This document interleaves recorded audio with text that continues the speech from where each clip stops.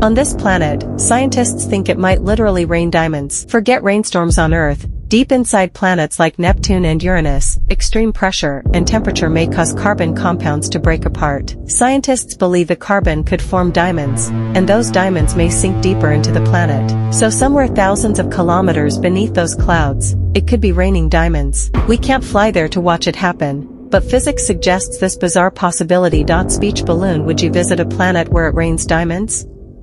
Rocket. Don't scroll without subscribing. Thumbs up, like, speech balloon, comment out box, tray, share. Bell THEFACTVERSE, daily mind-blowing facts.